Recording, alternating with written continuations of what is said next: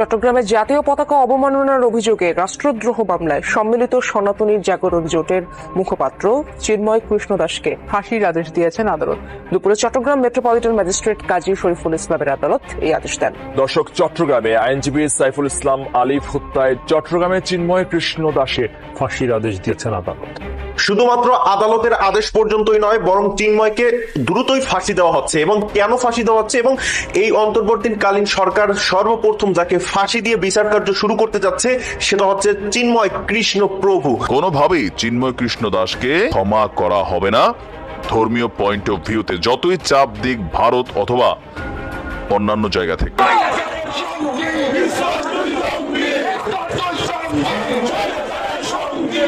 তারা ডেফিনেটলি একটা political asset হিসেবে বাংলাদেশে কাজ করছে, পলিটিক্যাল এজেন্ডা বাস্তবায়নের জন্য কাজ করছে, যার কারণেই জুলাই আগস্টের পর থেকে দেখছি ইসকন বিভিন্নভাবে হিন্দু ধর্মের কার্ড খেলার চেষ্টা করছে, হিন্দু ধর্মের মানুষজনকে উস্কে দেওয়ার চেষ্টা করছে। ইসকনের নেতা চিন্ময় কুমার দাসকে কেন্দ্র করে আজ কয়েকদিন ধরে ঢাকা সহ সারা বাংলাদেশে উত্তপ্ত করে তুলেছেন চিন্ময় কুমার দাসের অনুসারী হিন্দু সম্প্রদায়। গত কয়েকদিন আগে আইনজীবী সাইফুল ইসলামকে হত্যা করার পর চিন্ময় কুমার দাসের ইস্যু অনেক বড় রূপ ধারণ করেছে, যার ফলে ইসকনের নিষিদ্ধ ও চিন্ময় কুমার দাসের ফাঁসি দাবিতে উত্তপ্ত করে তুলেছেন বাংলাদেশের রাজনৈতিক দলগুলো সহ ও বৈষম্য বিরোধী ছাত্র আন্দোলন। যেভাবে হত্যা করা হয়েছে সেটি হচ্ছে হিন্দুত্ববাদী উগ্রবাদিতার যে প্রকাশ, এই উগ্রবাদিতার বহিঃপ্রকাশ ঘটেছে। তাদের বিচার করতে হবে, ইসকনকে এই উগ্রবাদিতা ছড়ানোর জন্য নিষিদ্ধ করতে হবে। যারা মাসের 30 দিনের 25 দিন দেহটা নিয়ে বাংলাদেশে বসে থাকে আর বাকি 5 দিন মনটা নিয়ে ভারতে যায়, সেখানে চক্রান্ত করে এবং সেই চক্রান্তের এক্সিকিউশন এই বাংলাদেশে এসে ঘটায়, সে সকল উগ্রবাদী হিন্দুদেরকে প্রতিহত করার জন্য আমাদের মনে বিন্দুমাত্র সহানুভূতি থাকবে না। এদিকে ইসকনকে নিষিদ্ধ না করে চিন্ময় কুমার দাসকে সসম্মানে মুক্তি দেওয়ার আহ্বান জানিয়েছেন বিজেপি নেতা শুভেন্দু দাস। তিনি আরো বলেন, চিন্ময় কুমার দাসকে মুক্তি না দেওয়া হলে বাংলাদেশের ডেপুটি হাই কমিশনারের অগ্নিসংযোগ চালাবে ইসকনের অনুসারীরা এবং বাংলাদেশ থেকে আসা সকল পণ্যবাহী ট্রাক ও বাংলাদেশ থেকে ভারতে আসা সকল ভিসা বন্ধ করে দেওয়া হবে বলে হুমকি দিয়েছেন তিনি। আমি এখান থেকে দাবি করছি, ভিসা 100% স্টপ করুন।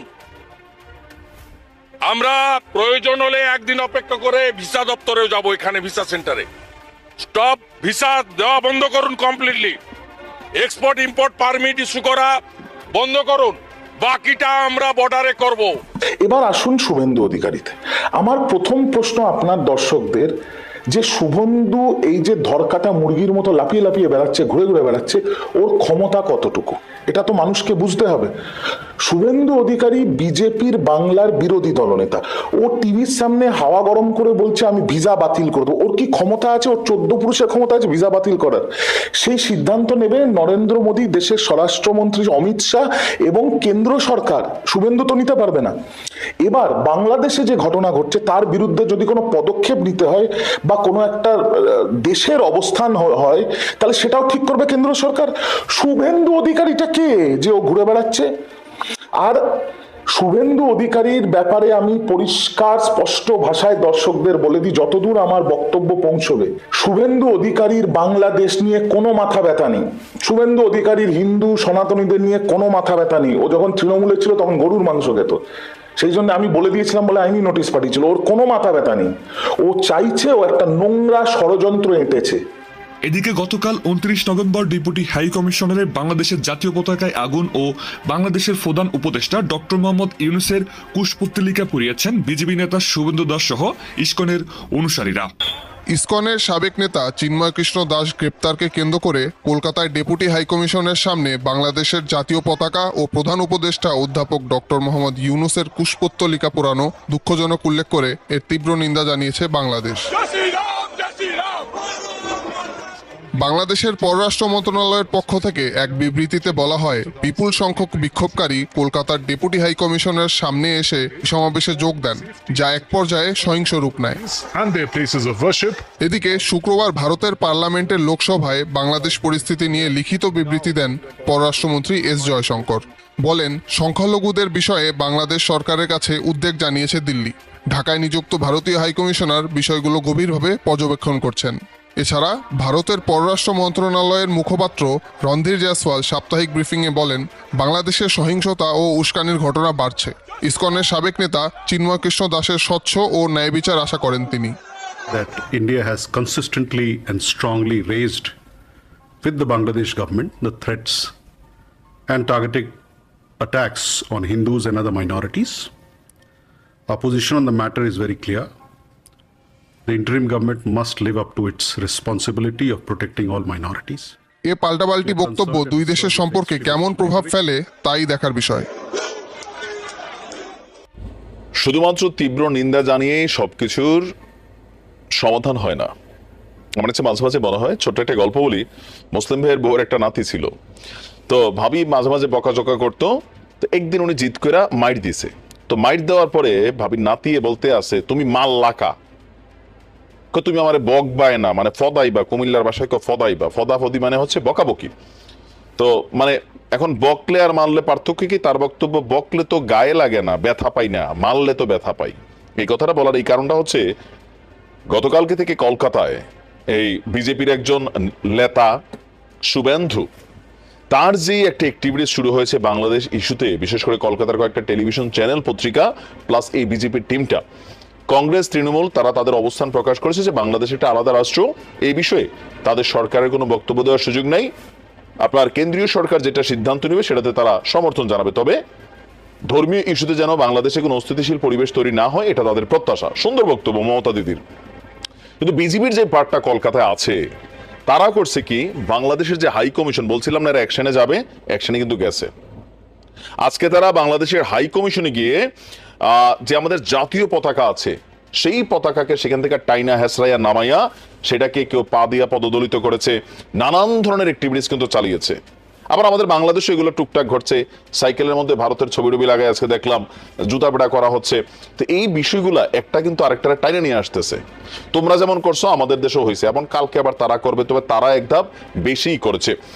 কলকাতায় বাংলাদেশের ডেপুটি হাই কমিশন এবং ভারতে বাংলাদেশের অন্যান্য কূটনৈতিক মিশনের পাশাপাশি কূটনৈতিক এবং অকূটনৈতিক সদস্যদের জন্য নিরাপত্তা নিশ্চিত করার জন্য ভারত সরকারের প্রতি আহ্বান জানিয়েছে বাংলাদেশ।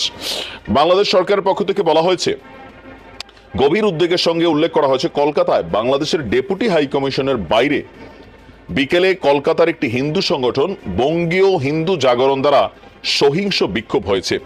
সে সময় বিক্ষোভকারীদের একটি বড় দল আয়োজিত সমাবেশ এবং বিক্ষোভ থেকে সহিংস হয়ে ওঠে। বিক্ষোভকারীরা পুলিশের ব্যারিকেড ভেঙে বাংলাদেশ ডেপুটি হাই কমিশন সীমানায় পৌঁছায়। তারা বাংলাদেশের জাতীয় পতাকাতে আগুন দিয়েছে এবং বাংলাদেশ সরকারের প্রধান উপদেষ্টা ডক্টর মোহাম্মদ ইউনূসের কুশপুত্তলিকা দাহ করেছে, মানে আগুন দিয়েছে। পরিস্থিতি বর্তমানে নিয়ন্ত্রণে আছে বলে মনে হলেও ডেপুটি হাই কমিশনের সব সদস্যদের মধ্যে নিরাপত্তাহীনতা বিরাজ করছে। বাংলাদেশ সরকার বাংলাদেশের জাতীয় পতাকা অবমাননা এবং প্রধান উপদেষ্টার কুশপুত্তলিকা পোড়ানোর জঘন্য কাজের তীব্র নিন্দা জানিয়েছে। ভবিষ্যতে যেন এই ধরনের ঘটনা না ঘটে সেটার প্রতি আহ্বান জানিয়েছে।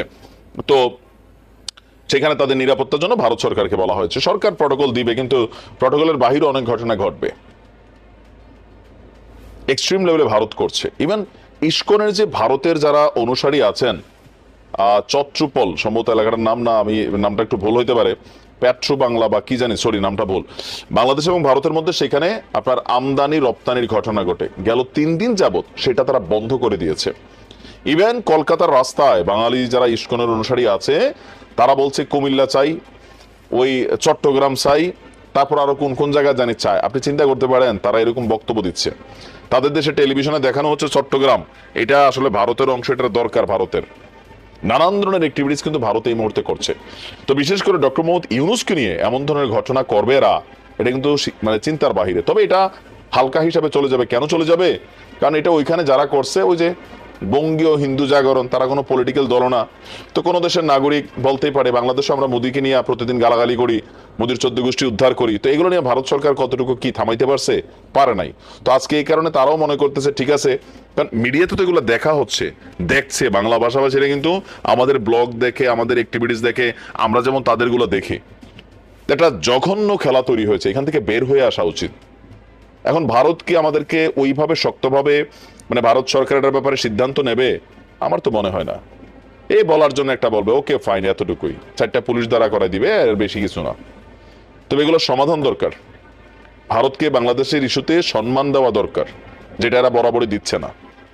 আশা করি সরকারের ব্যাপারে শক্ত সিদ্ধান্ত নেবে।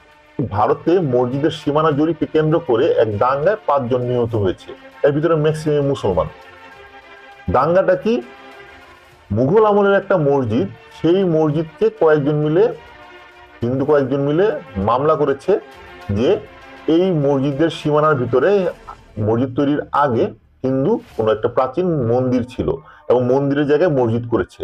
অথচ যারা অভিযোগ করেছে তাদের 14 পুরুষেরও হয়তোবা ওই সময় জন্ম হয়নি যখন এই মসজিদ হয়েছে। এই অভিযোগটা করে দিল। এখন জরিপ করার জন্য আদালত থেকে লোক চলে আসলো, দাঙ্গা হলো, একদম প্ল্যান করে দাঙ্গা লাগানো হলো এবং সেখানে মুসলমান মারা গেল। এটা নিয়ে কিন্তু ভারত কোনো কথা বলছে না। বাংলাদেশে জুলাই আগস্টে এত সাধারণ জনতা মারা গেল, এটা নিয়ে তাদের টেনশন নেই। একটা চাইল্ড অ্যাবিউজার চিন্ময় কৃষ্ণ দাসকে গ্রেফতার করা নিয়ে তাদের দুনিয়ার মাথা ব্যথা, তাদের মাথায় ক্যান্সার হয়ে গেছে, টিউমার হয়ে যাচ্ছে। এগুলো আমরা বুঝি।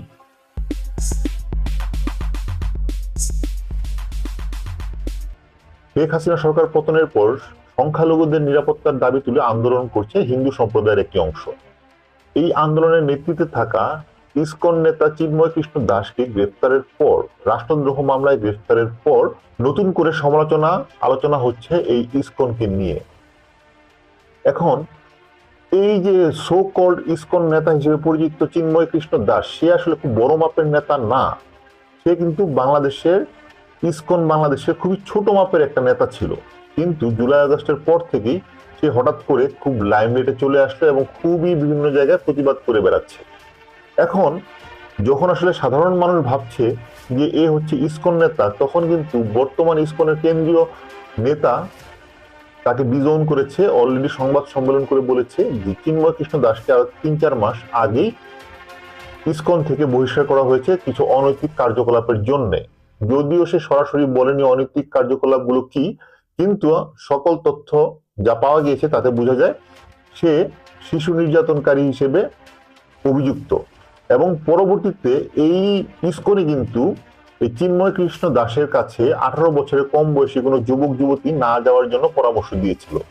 তার মানে চিন্ময় কৃষ্ণ দাস একজন শিশু নির্যাতনকারী, একজন চাইল্ড অ্যাবিউজার। সে জুলাই আগস্টের পর থেকে বিভিন্ন রকম হঠাৎ করেই বড় নেতা হয়ে গিয়েছে এবং বাংলাদেশের বিভিন্ন জায়গায় অরাজকতা সৃষ্টি করার চেষ্টা করছে। এইরকম একজন ব্যক্তিকে আটক করার পরে তাকে ঘিরে ইন্ডিয়ার পররাষ্ট্রমন্ত্রী জয়শঙ্কর এবং মোদি পর্যন্ত কনসার্ন। সাধারণ হিন্দুরা না বুঝেই, বাংলাদেশের যারা সাধারণ হিন্দুরা রয়েছে তাদেরকে ব্রেইন ওয়াশ করে উল্টাপাল্টা বুঝিয়ে তাদেরকে রাজপথে নামিয়ে দিচ্ছে এবং তার মাঝখান দিয়ে, তথ্য প্রমাণের ভিত্তিতেই বলছি, তার মাঝখান দিয়ে আওয়ামী লীগের যে সব নেতা ফেতা রয়েছে তারা এই ছদ্মবেশে বিভিন্ন রকম অপকর্ম করে বেড়াচ্ছে, যার মধ্য দিয়ে কিন্তু অলরেডি চিটাগাঙে একজন আইনজীবী খুন হলো। এখন প্রশ্ন হচ্ছে সে কোন ধর্মের, সেটা আমরা সাইড করে রাখি। একটা মানুষ যে কিনা শিশু নির্যাতনকারী, তার বিরুদ্ধে চাইল্ড অ্যাবিউজের অভিযোগ রয়েছে, যাকে কিনা দল থেকে বা সংগঠন থেকে বলা হয়েছে যে এই লোকের কাছে যাতে 18 বছরের কোনো কম বয়সী শিশু কিশোর না যায়, এমন একটা মানুষ যে ধর্মেরই হোক, ধরলাম সে মুসলমান বা হিন্দু বা খ্রিস্টান, সে কি ভালো মানুষ? সে হিন্দু না সে ইসকন সদস্য বাদ দেন, সে মানুষ হিসেবে তো অবশ্যই ভালো না। আজকে যদি সে এই ইসকন সদস্য সকল অথবা সে সনাতনী জাগরণ জোটের নেতা বা মুখপাত্র যাই হোক না কেন, সে যদি আজকে এই সব পরিচয় না দিয়ে এটা যদি একটা মুসলমান